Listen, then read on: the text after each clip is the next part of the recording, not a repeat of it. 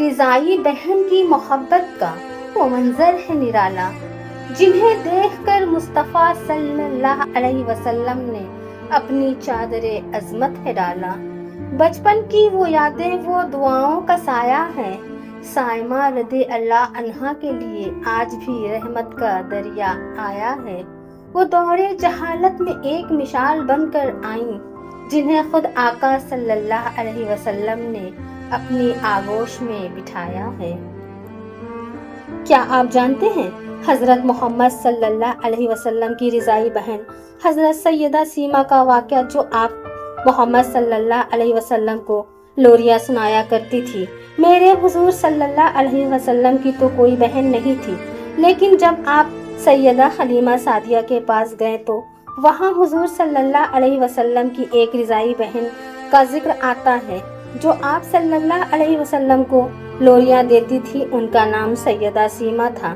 شام کے وقت جب خواتین کھانا پکانے میں مصروف ہو جاتی تو بہنیں اپنے بھائی اٹھا کر باہر لے جاتی، اور ہر بہن کا خیال یہ ہوتا کہ میرا بھائی سا خوبصورت اس زمانے میں کوئی نہیں۔ کہتے ہیں خوبصورتی دیکھنے والوں کی آنکھوں میں ہوتی ہے، تو جس کے بھائی کا رنگ حسین ہوتا تو وہ کہتی رنگ نہیں تو کچھ بھی نہیں۔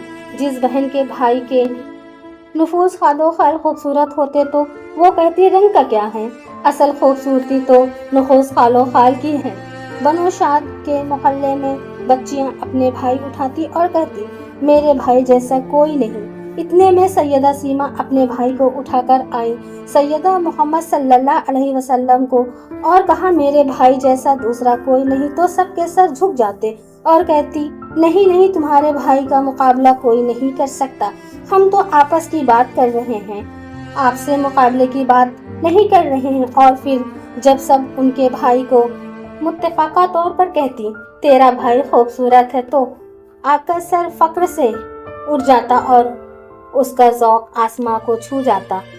ابن شام سیرت کی سب سے پہلی کتاب ہے، اس میں یہ واقعہ لکھا ہے کہ سیدہ سیما رضی اللہ عنہا حضور صلی اللہ علیہ وسلم کو اپنی گود میں لیتی، لوری سناتی اور پھر جھومتی اور لوری کے الفاظ بھی لکھتی ہیں، جس کا ترجمہ ہے اے ہمارے رب، میرے بھائی محمد صلی اللہ علیہ وسلم کو سلامت رکھنا۔ آج یہ پالنے میں بچوں کا سردار ہے، کل وہ جوانوں کا سردار بھی ہوگا، اور پھر جھوم جاتی۔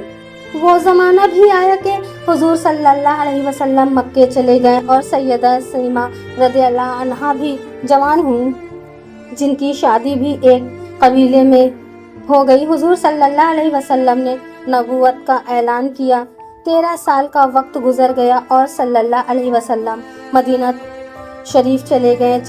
جب غزوہ کا سلسلہ شروع ہوا تو جس قبیلے میں سیدہ سیما رضی اللہ عنہا کی شادی ہوئی تھی، اس قبیلے کے ساتھ مسلمانوں کا ٹکراؤ آ گیا۔ اللہ رب العزت نے مسلمانوں کو فتح عطا کر دی تو اس قبیلے کے چند روز صحابہ اکرام کے ہاتھوں گرفتار ہو گئے، تو یہ لوگ اپنے قیدی کو چھڑانے کے لیے فدیہ جمع کرنے لگے اور قبیلے کے سردار ایک گھر سے رقم جمع کر رہے تھے۔ چلتے چلتے یہ سیدہ سیما رضی اللہ عنہا کے گھر پہنچ گئے، جو کہ اپنی عمر کا ایک خاص حصہ جی چکی تھی۔ اس سے کہنے لگے کہ اتنا حصہ آپ کا بھی آتا ہے؟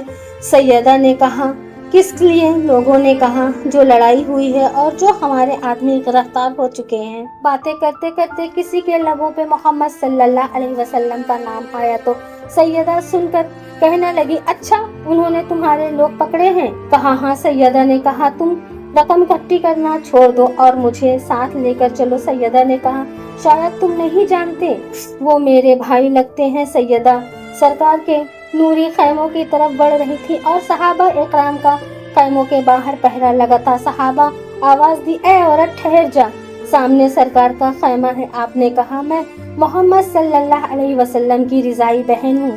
اتنا سنتے ہی صحابہ اکرام نے سر جھکا لیا، نظریں نیچی کر لی۔ آپ خیمے میں اندر گئیں تو حضور صلی اللہ علیہ وسلم نے دیکھا اور پہچان گئے، فوراً اٹھ کھڑے ہوئے اور فرمایا بہن کیسے آنا ہوا؟ کہا آپ صلی اللہ علیہ وسلم کے لوگوں نے ہمارے کچھ بندے قید کر لیے ہیں، ان کو چھڑانے آئی ہوں۔